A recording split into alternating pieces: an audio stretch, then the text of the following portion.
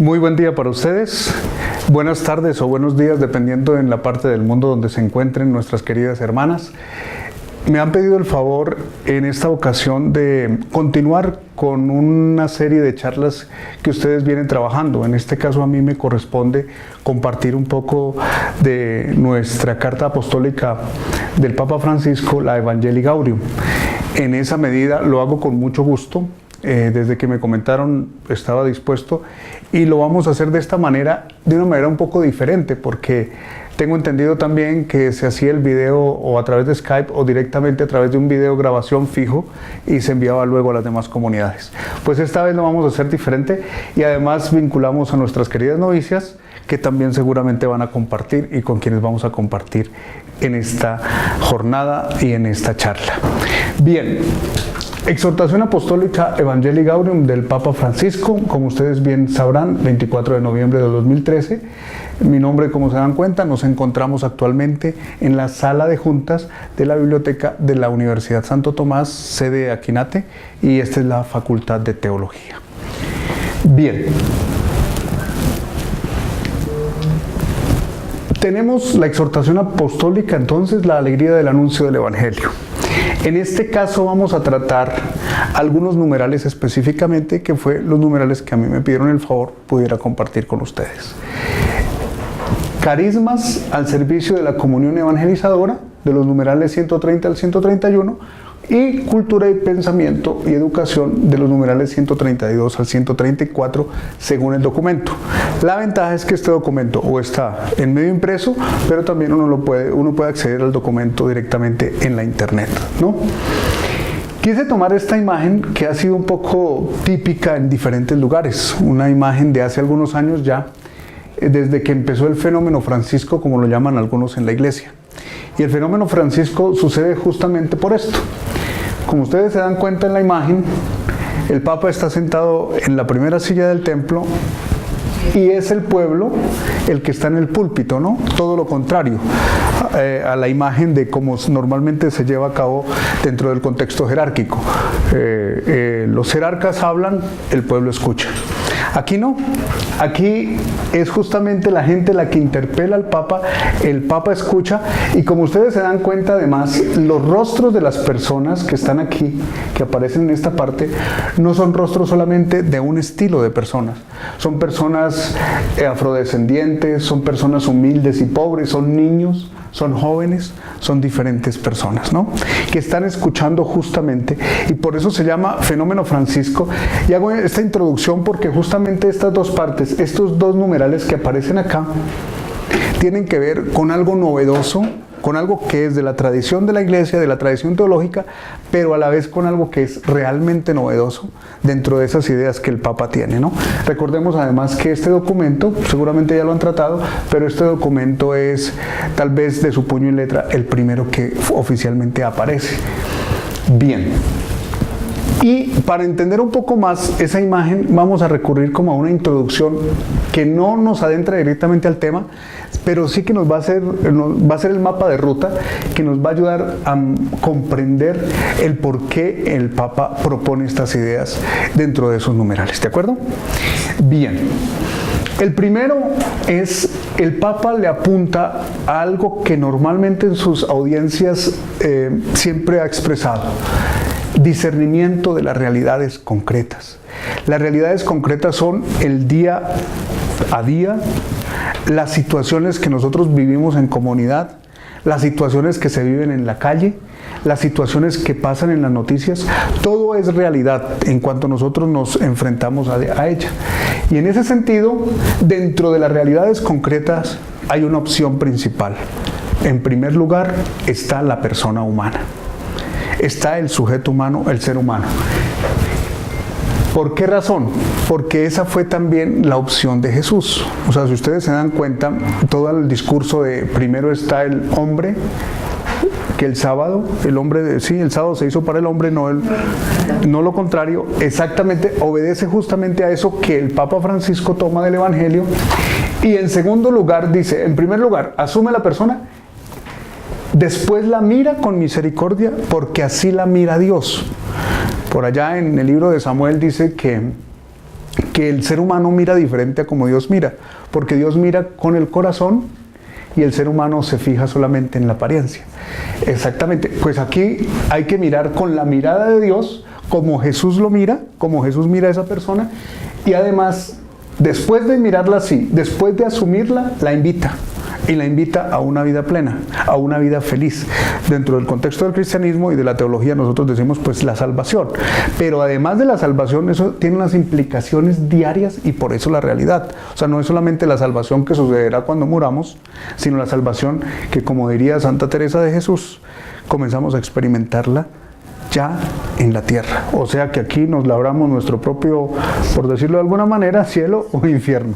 O nos lo hacemos mutuamente, ¿no? Una de dos. O nos ayudamos a hacer cielo o nos ayudamos a hacer infierno.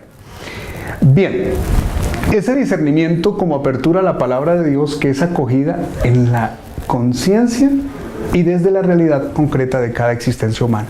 Importantísimo acá otra cosa. No solamente es la persona, el ser humano global en general, sino también teniendo en cuenta la existencia humana de cada ser. Cada persona es diferente. Cada ser humano tiene maneras diferentes de proceder, de pensar.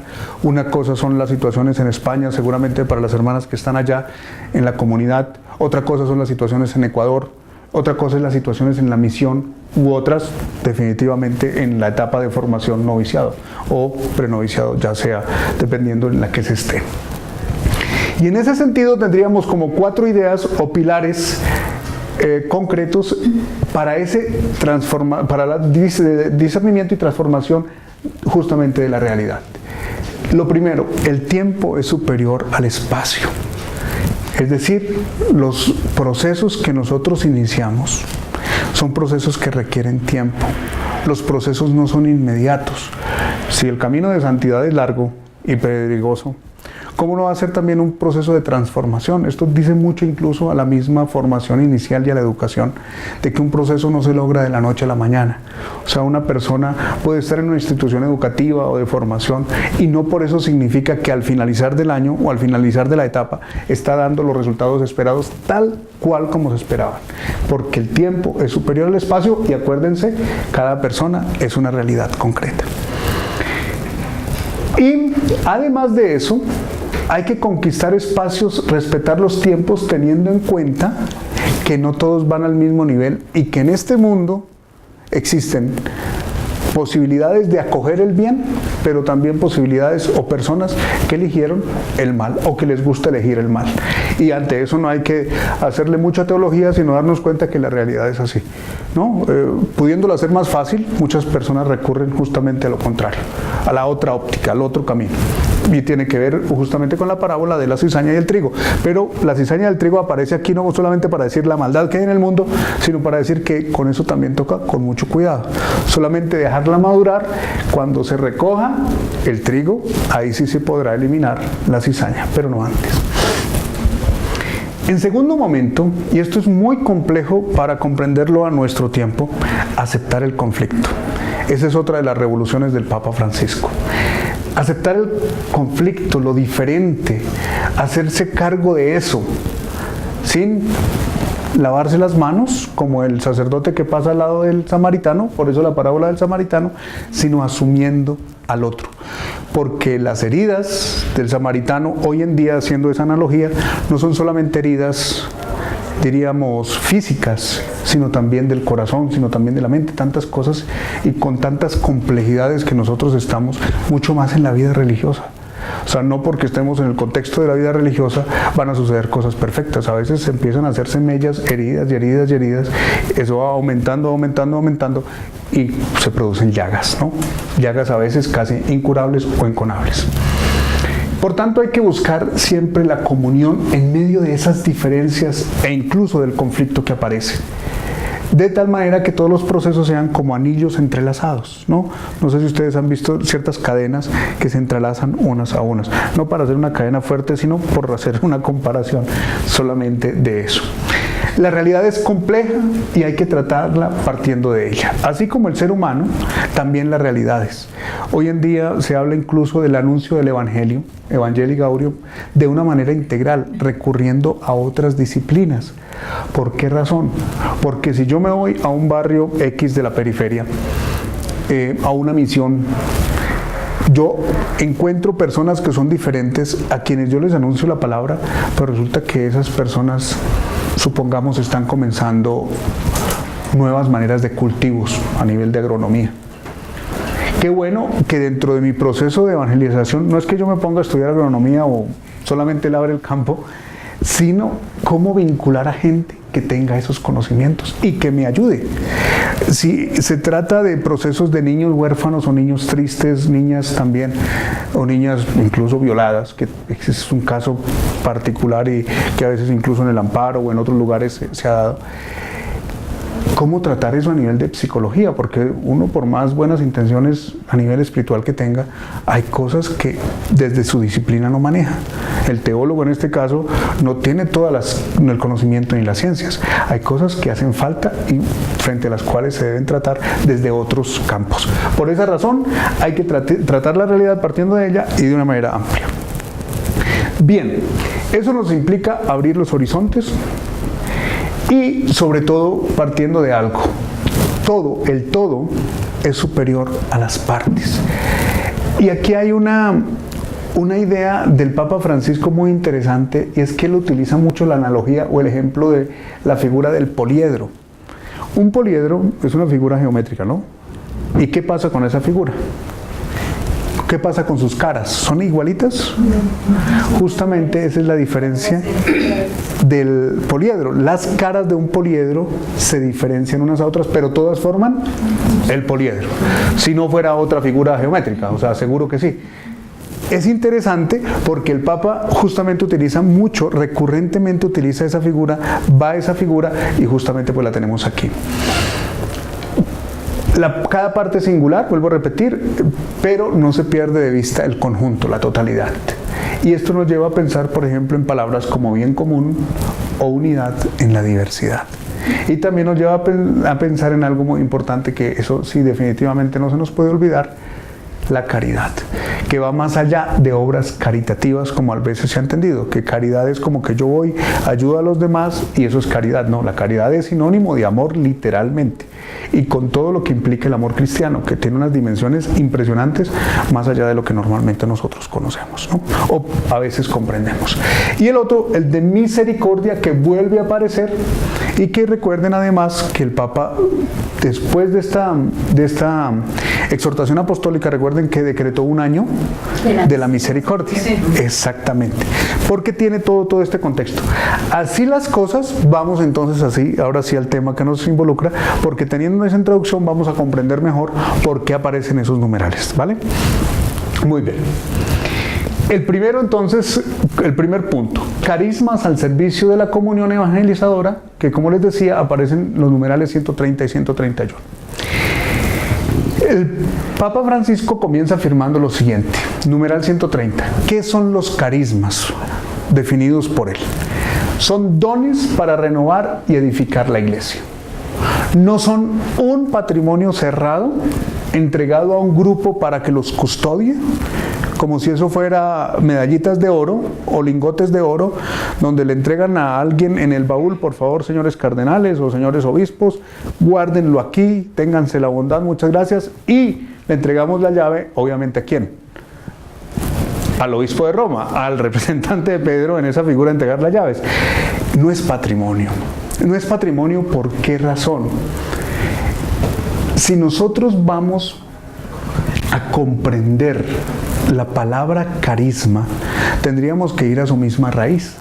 Y la raíz viene del griego charis. Esto no aparece dentro de la exhortación, pero es como para explicar un poco más. Y charis se refiere a un don u operación que Dios da gratuitamente. Luego, los carismas, en primer lugar, tienen un principio fundamental. Son don gratuito. No es por meritocracia, o sea, no es porque usted sea más inteligente, no es porque usted sea más alta, no es porque usted sea diferente, es que usted habla mucho, no. Realmente, desde la teología comprendemos que es un don gratuito. Dios lo da a los seres humanos y esto les provoca una identidad y un bienestar. Por supuesto, si yo tengo la posibilidad de construir casas, eso me da una identidad concreta que la otra persona de pronto no tiene. De pronto la otra persona tiene mayor habilidad escribiendo libros. La otra persona no escribe libros, pero sí tiene una habilidad para la cocina impresionante. Pero la otra persona no tiene habilidad para la cocina, pero sí canta o interpreta la guitarra. Entonces, son diferentes niveles, nos crea identidad porque el cantante no es el cocinero, a no ser que tenga los mismos carismas, fantástico, sería enriquecedor, o el poeta muchas veces no es el filósofo, o no es el científico que está en el laboratorio, ¿no? Pero todos esos carismas sí nos enriquecen. Y teniendo en cuenta que de ese haris, de esa raíz griega, viene también términos como gratis, gratuito, gracia. O sea, el término de haris se identifica directamente también con gracia, la gracia de Dios. Y harisma, pues carisma, gracioso e incluso el de caridad.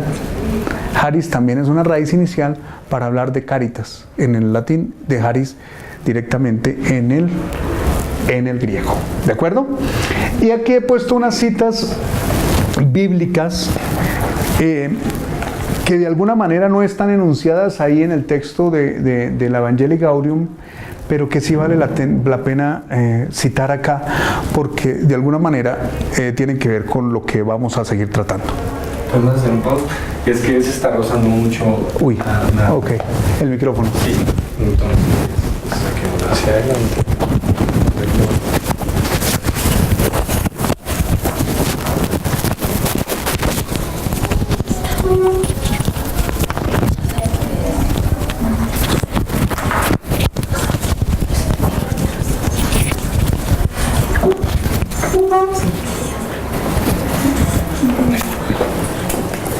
Entonces me dice, bueno. En esa medida vamos entonces a citar los textos directamente. El primero de ellos, de 1 Corintios 12, 4, 27. No lo vamos a leer todo, pero por lo menos sí como una introducción para comprender un poco más esta teología, que es la teología que también Pablo propone a las iglesias. Especialmente, pues obvio, desde el tema de los carismas. Dice Pablo, hay diversidad de carismas, pero un mismo espíritu. Diversidad de ministerios, pero un mismo Señor. Diversidad de actuaciones, pero un mismo Dios que obra todo en todos. A cada cual se le otorga la manifestación del Espíritu para provecho común. Y sigue hablando de los distintos carismas, que uno tiene uno, que otro tiene otro. Y al final dice algo muy interesante. Ahora bien, vosotros formáis el cuerpo de Cristo y cada uno es miembro con una función peculiar. Recuerden también el símil, aquí está el símil de los miembros del cuerpo y el cuerpo como uno, ¿no? Que la mano no le puede decir al pie no lo necesito, o a la cabeza suerte de que esté muy bien, sino que todos se necesitan integralmente. Pero dice Pablo, así Dios puso en la iglesia primero apóstoles, en segundo lugar profetas y todo lo demás. Y les dice al final, ¿acaso todos son apóstoles o profetas o maestros? ¿Tienen todos poder de hacer milagros? ¿Comparten todos el carisma de las curaciones? ¿Hablan en lenguas todos? ¿Todos las interpretan? Y obviamente nosotros tenemos una respuesta en eso, diciendo, no. Pero enriquecemos porque somos un cuerpo. Y en ese caso es una comprensión eclesial que ya vamos a mirarlo justamente. Y otro texto que quiero citar es la primera de Pedro 4:10, que dice más o menos lo siguiente. Que cada cual ponga al servicio de los demás los dones que haya recibido como buenos administradores de las diversas gracias de Dios. Es decir, si bien tenemos los dones, si bien tenemos diferentes dones, la idea no es guardárnoslos en el bolsillo, sino ponerlos al servicio. Pero cuando esto no es convicción, es difícil. O sea, hay comunidades que llevan ejercicios de muchos años, donde alguna dice, pero ¿qué le pasó a usted? si usted tenía esta y esta capacidad, ¿qué le pasó a usted? El cansancio, la tristeza, a propósito de Evangelii Gaudium, el anuncio alegre del Evangelio, la tristeza, la melancolía, tantas situaciones van opacando eso. Y se nos empieza a olvidar justamente todas estas raíces que incluso fueron, seguramente, o son, en el caso de las más jóvenes, son en este momento todavía la efervescencia de lo que sueñan para las comunidades, como también nosotros lo soñamos en nuestro momento y lo seguimos soñando, por supuesto, de que algo pase sirviendo, poniéndolo a la mesa todos, ¿no? De alguna manera. En esa medida nos llegan a cada uno, nos llegan personalmente los carismas, pero a la vez tiene una dimensión comunitaria o eclesial. Se ponen en común, que es lo que acabo de decir, en el símil del cuerpo y las partes del cuerpo. Aunque duela, es donde un carisma se vuelve auténtica y misteriosamente fecundo. ¿Dónde? En la comunión. Aunque duela. ¿Por qué aunque duela? Por un tema muy colombiano, pero del ser humano en general, el tema del egoísmo. A veces a nosotros nos cuesta mucho salir de nosotros por los demás, ¿no? Resulta cómodo a veces estar en ciertos ambientes o en ciertas actitudes. Cuesta, y cuesta bastante. Y no es ningún juzgamiento moral, sino lo que pasa no solamente en el contexto cristiano católico, sino en muchos otros contextos. Entonces, aunque duela, dice el Papa, esa sí es una palabra del Papa, aunque duela, pues hay que ponerlo al servicio de los demás. Bien, en el número 131 aparece el tema de la diversidad de carismas y dice él, tal diversidad, aunque algunas veces incomode, ¿no? Ese sobra ahí, aunque algunas veces incomode, debe ser reconciliada siempre con la ayuda del Espíritu Santo.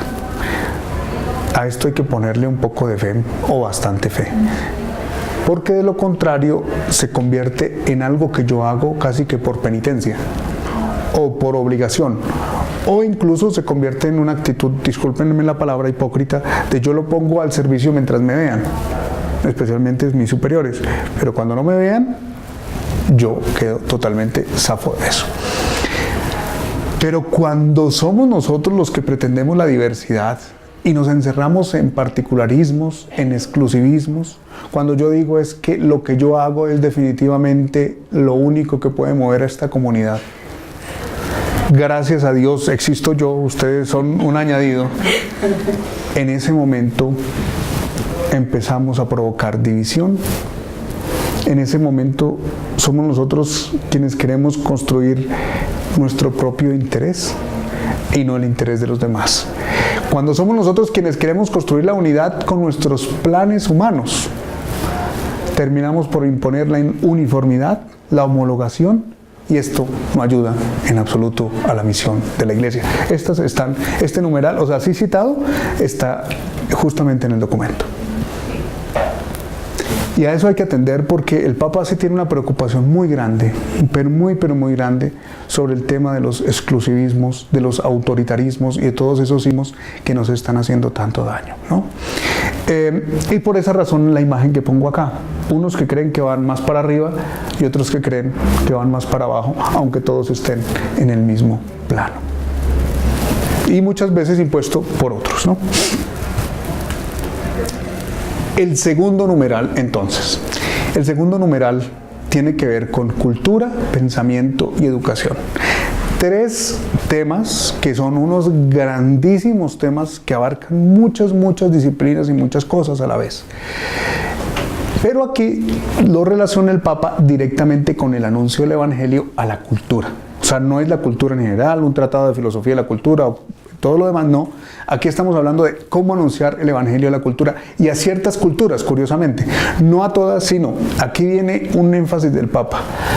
¿Cómo se está anunciando el Evangelio o se debe anunciar a una cultura que son, o culturas que son profesionales, científicas y académicas, para relacionarlo después con pensamiento y educación?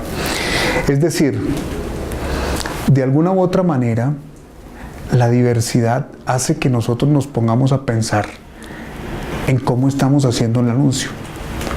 Y hay comunidades intelectuales y académicas que realmente no es que sean ateas como a nosotros nos quisieron decir muchas veces, sino que no han tenido un acercamiento serio a la palabra. Entonces siempre le dicen, llegó la misionera o el misionero, buenas tardes, vamos a comenzar rezando un rosario. Fantástico, está muy bien, pero resulta que si es una comunidad académica, no le va a decir mucho. ¿Me hago entender? El rosario de pronto usted lo puede rezar a los 4 días después, fantástico, cuando ya la tenga más o menos un poco más en el contexto de lo que significa la vida cristiana y demás. Pero de lo contrario va a sonar rechinante totalmente, porque no va a ser lo que se espera. Eso es como cuando un docente comienza una clase. Les voy a poner el ejemplo para hacerme entender. El docente llega el primer día de clase y lo primero que le dice a los estudiantes, muy buenas tardes o buenos días, por favor sacan una hoja, van a contestar los siguientes puntos. Más de uno va a quedar como sorprendido, pero si ni siquiera nos ha dicho algo, ¿cómo vamos a, qué es lo que quiere que le respondamos? O sea, y así justamente con este tema de cómo ir a las culturas profesionales, científicas y académicas. Y esto le implica a uno ¿qué? Formarse. Y formarse bastante. Mucho, exactamente. Y formarse no solamente es venir a la universidad o venir a una institución educativa, venir a la biblioteca, sino es incluso, además de eso, es formarse aprendiendo de los demás. Es formarse escuchando a los otros. Es formarse viendo. Es formarse en todo lo que significa integralmente la palabra formación. Se trata entonces de un encuentro entre fe, razón y ciencias que no es fácil, que procura desarrollar un nuevo discurso de credibilidad, que como les decía, no tiene que ver con lo primero, o sea, llegué yo, les voy a dar un listado de oraciones, esto es lo que creemos nosotros los creyentes cristianos, los católicos creemos esto, muchas gracias, por favor, ojalá las mediten muy bien. Fantástico, pero resulta que no está dando el peso necesario, sobre todo para este tipo de culturas de nuestro tiempo que cada vez son mayores y cada vez son las más apáticas, porque estamos hablando de contextos en universidades, estamos hablando de contextos en laboratorios, estamos hablando de los artistas, estamos hablando de muchas, pero muchas personas que se preguntan algo más allá, que quieren saber algo más allá y que no se puede llegar a ellos con un discurso absolutamente sencillo. Incluso ustedes que comparten con otros médicos, comparten con docentes, comparten con directivas, comparten con muchas personas, cómo formarse junto con ellos, cómo aprender de ellos en todo esto que cada vez más se nos pide, sea para un geriátrico, sea para un hogar amparo de niñas, sea para un colegio, sea para el lugar donde estemos, ¿no? Bien. La cultura, esto lo tomo de un autor, de un filósofo mexicano que se llama José Antonio de Cal Alonso, que define de la siguiente manera la cultura. No quiere decir que esta sea la definición, la única que existe, pero sí que nos va a ayudar un poco a comprender un poco más. La cultura se puede entender como el proceso específicamente humano, la cultura es humana, de respuestas a múltiples necesidades que se intentan satisfacer con la inteligencia y el trabajo, que configuran la acción educativa en una sociedad histórica mediante valores y bienes diversos de carácter material y espiritual. Vamos a desmenuzar un poquito esa terminología. La cultura es un proceso específicamente humano a respuestas de múltiples necesidades.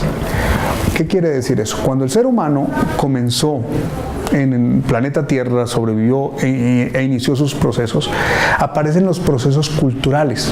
Por ejemplo, la necesidad de ¿qué? De saciar sus necesidades básicas.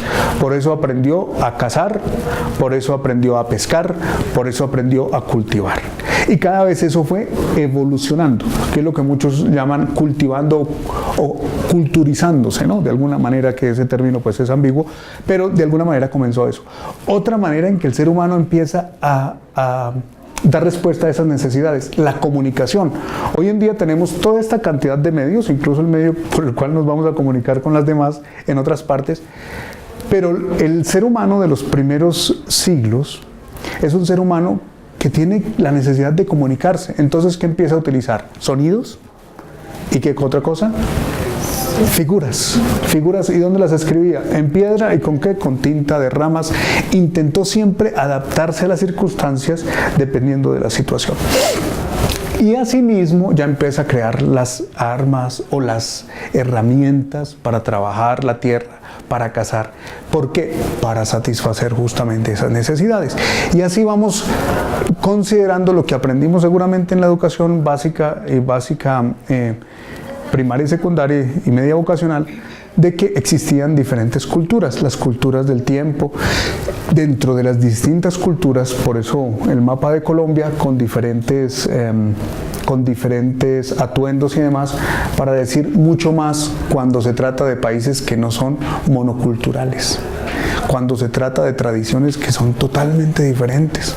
¿Cómo comprender la idiosincrasia de alguien que vive en La Guajira, en un casi completo desierto, pero de alguna u otra manera siente que es feliz y no quiere salir de su lugar?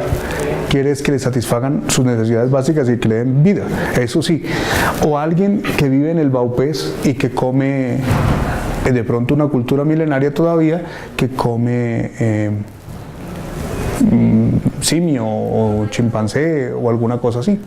¿Cómo comprender eso, no? En culturas que son totalmente diferentes. Y además, a través de la inteligencia y el trabajo, lo que ya se empieza a hacer, se empieza a educar, es decir, ese tipo de cosas, de satisfacciones de las necesidades básicas, empiezan a ser transmitidas a los demás. ¿Cómo?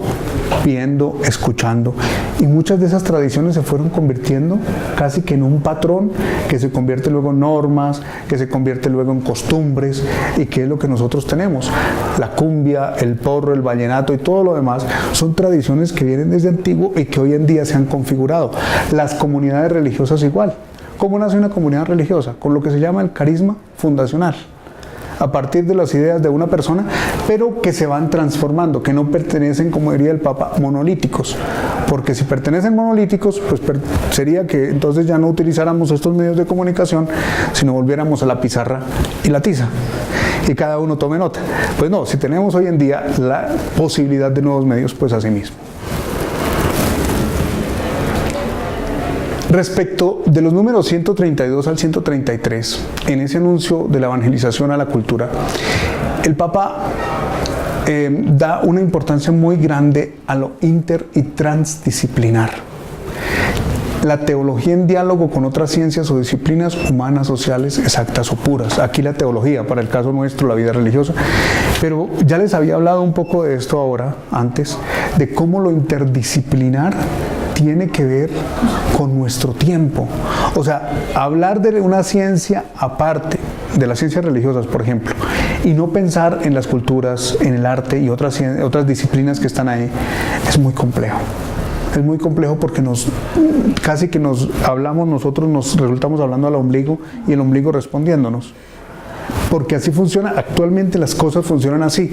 Por esa razón, la importancia de lo inter y transdisciplinar, del diálogo con otras ciencias, con otros saberes.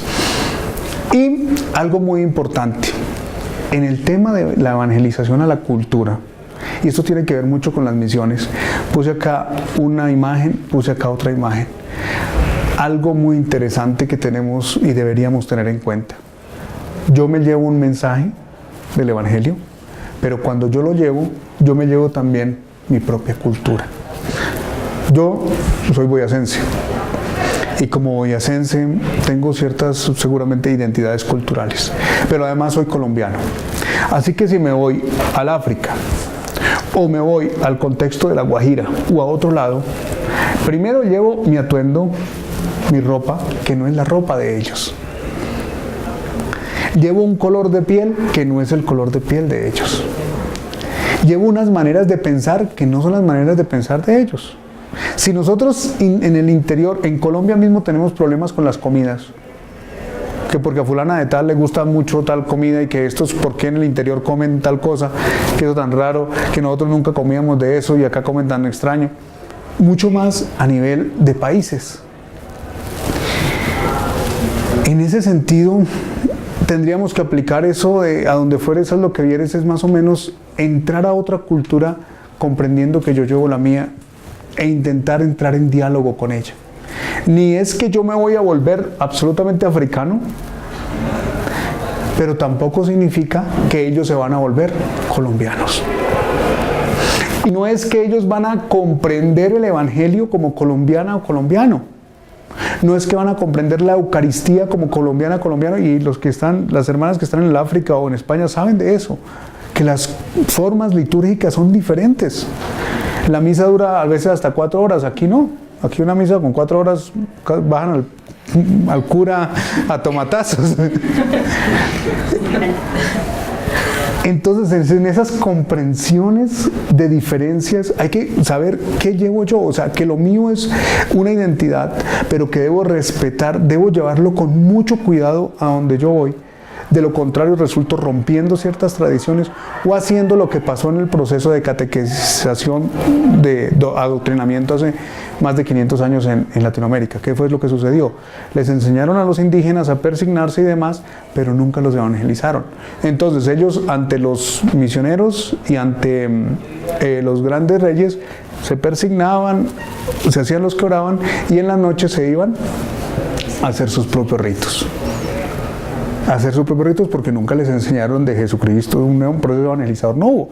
500 años después, en 1992, se habla de la nueva evangelización. De pronto las hermanas que tienen más tiempo en la comunidad se acuerdan de ese proceso de la nueva evangelización, hubo cruces y demás, con la conclusión de que en Colombia o en Latinoamérica y el Caribe nunca había habido un proceso real de evangelización, sino de catequesis y adoctrinamiento, que es muy diferente. Pero es por todo esto, por saber que ellos llegaron a decir: esta cultura no tiene nada que ver, estos son indios, estos son ignorantes, ahora sí nosotros les traemos la verdad. Y por esa razón, todo el tema de la prudencia y la sabiduría en los procesos de evangelización y misión. Y 2, como segundo punto, el 132 al 134, en este caso el 134, el anuncio del Evangelio en lugares privilegiados con los cuales nosotros contamos. Este espacio, el universitario, pero también, por supuesto, no solamente este, sino el de las escuelas católicas. La formación que las hermanas tienen en tantos lugares, en este caso las dominicas nazarenas, hijas de Nuestra Señora de Nazaret. Una tarea educativa en el anuncio explícito del Evangelio, pero teniendo en cuenta también lo que hemos hablado acá, no solamente en procesos que decimos, pues es que así se ha hecho acá, así lo tenemos que seguir haciendo, porque si no, no va a transformarse. Entonces, aquí tenemos algunas imágenes, de pronto ese colegio les es familiar a ustedes, esos 2 colegios, y de pronto esa imagen también les es familiar. La responsabilidad en las instituciones educativas. Finalmente, 2 palabras importantes tomadas de otro texto del Papa Francisco, de otros textos de audiencias especialmente. 1, la educación es un parir, es un dar a luz, es un crecer, se coloca en la dinámica de dar la vida por los demás. Eso es educar. Y además de eso, las escuelas y las universidades católicas dan una gran contribución a la misión de la Iglesia cuando están al servicio del crecimiento en humanidad, en el diálogo y en esperanza. Una idea fundamental que aplica a ustedes y a nosotros. Resulta que las vocaciones a la vida religiosa, normalmente, ¿de dónde vienen? De muchos lugares, casi nunca de nuestros propios colegios, ni de la universidad nuestra, ni de ningún lugar. Y eso es un síntoma. Eso tiene que decir algo. O sea, ¿por qué a las niñas no les interesa? Y es más, mucho peor aún, cuando muchos de los que estudiaron en instituciones educativas, católicas y demás, no quieren saber en la vida de una Eucaristía, en la vida de la vida religiosa, o de la hermana fulana de tal, o del cura fulano de tal, que era como reprimido y nos hablaba duro y nos castigaba y tralala. En fin, eso lo tenemos actualmente, y esa es una muy buena pregunta de ¿realmente las escuelas católicas están contribuyendo al bien de la Iglesia, están formando? Es más, no hablemos de vocaciones a la vida religiosa, hablemos de cristianos formados. Cuando nosotros en los espacios utilizamos catequesis para la primera comunión, entonces el niño no va a la parroquia o la niña no va a la parroquia, sino que viene al colegio y lo hace ahí, o lo mismo en la universidad. ¿Qué estamos haciendo? O sea, la pregunta es esa formación en la educación hacia esas culturas, hacia nuestros jóvenes y hacia nuestras jovencitas, ¿cómo se da? ¿De qué manera? En esa medida, Hay un papel muy importante en estos puntos que justamente ya hemos tratado. Primero, los carismas y los carismas puestos al servicio, ¿no?, de la iglesia, en lugares específicos. ¿Cuáles? Cultura, pensamiento y educación. En culturas concretas, más o menos sería aquello que el Papa nos quiere decir en estos numerales, grosso modo, desde luego, porque pues por supuesto son temas muy amplios. Así que, si les parece y ustedes desean, aquí terminamos, pero podemos formular algunas preguntas. Tomar el micrófono para si hay alguna inquietud.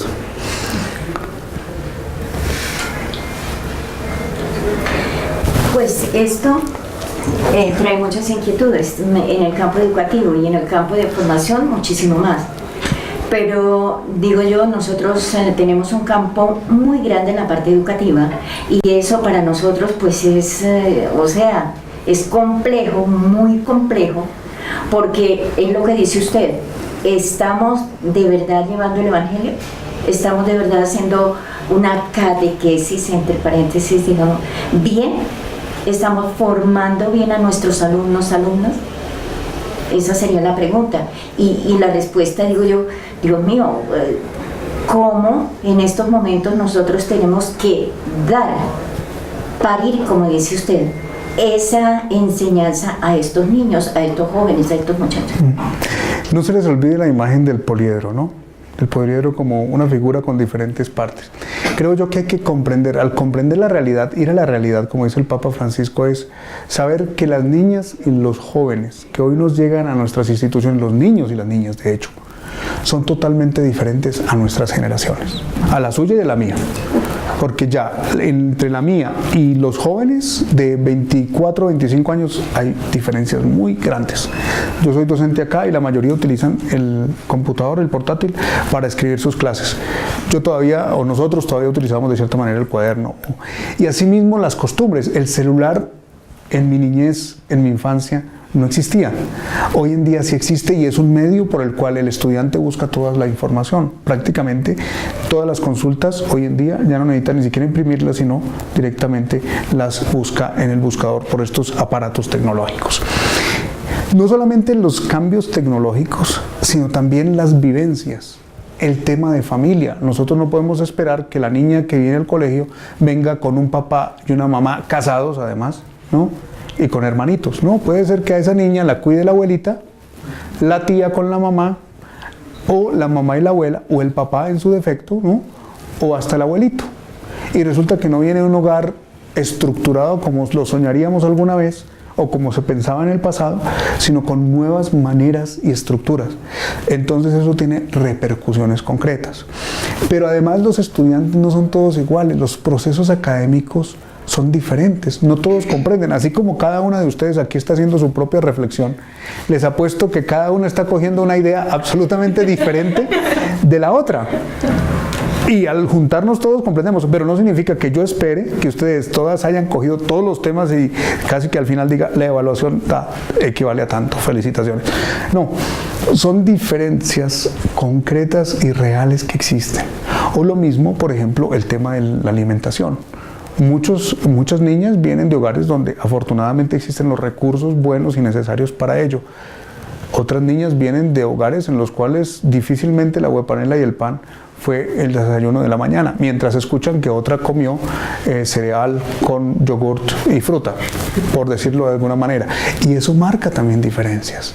Eso hace que ellos se confronten, eso hace que su comportamiento cambie totalmente. Lo mismo en las etapas de formación y lo mismo en la gente de formación que a nosotros nos llega, ¿no? Entonces, sin olvidársenos de mirar la realidad. O sea, creo que por esa razón hacíamos esa introducción, para decir no se nos olvide, porque la realidad es más grande de lo que nosotros pensamos y compleja. ¿Alguien más? De pronto, si tiene alguna inquietud o pregunta. Bueno, un llamado a la educación católica hoy es precisamente brindar una educación humanizante y humanizadora. Y creo que es la invitación o el gran reto que propone el Papa Francisco respecto a descubrir la particularidad de cada ser humano, ¿no? Llamados a mirar la realidad concreta de cada persona y poder acompañar esos procesos de configuración humana. Y siento que es también una de nuestras tareas o misión importante dentro de la labor educativa que ejercemos en nuestros diferentes apostolados. Precisamente en el llamarnos a ver no una educación en masa, no una cantidad de estudiantes que están para que yo los eduque o para que reciban un servicio educativo, sino una persona con una particularidad, con una realidad concreta, a quien debo escuchar, a quien debo acompañar, a quien debo formar. Entonces siento que se apunta, hace un apunte interesante y un llamado respecto a la misión que tenemos como congregación, específicamente en nuestros apostolados educativos. Y en este reconocimiento de la persona, en este reconocimiento de esta realidad concreta, pues es importante desarrollar toda nuestra labor evangelizadora, ¿no? Que tendría que ver con el anuncio de Jesucristo a una persona en específico, a una persona en especial, a quien en mi tarea, en mi labor, debo acompañar y de alguna manera promover. Entonces, es muy interesante ver este llamado específicamente en el contexto de lo que nosotros realizamos en nuestros apostolados de educación. Bien, muchas gracias. Exactamente. Bueno, pues en ese sentido y en esa medida les agradezco por su presencia, les agradezco también por la invitación.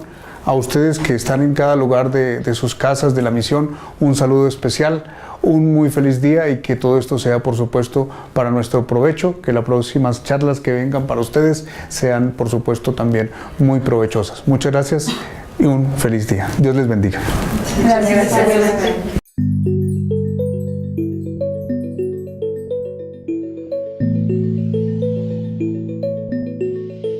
Institución de Educación Superior sujeta a inspección y vigilancia por el Ministerio de Educación Nacional.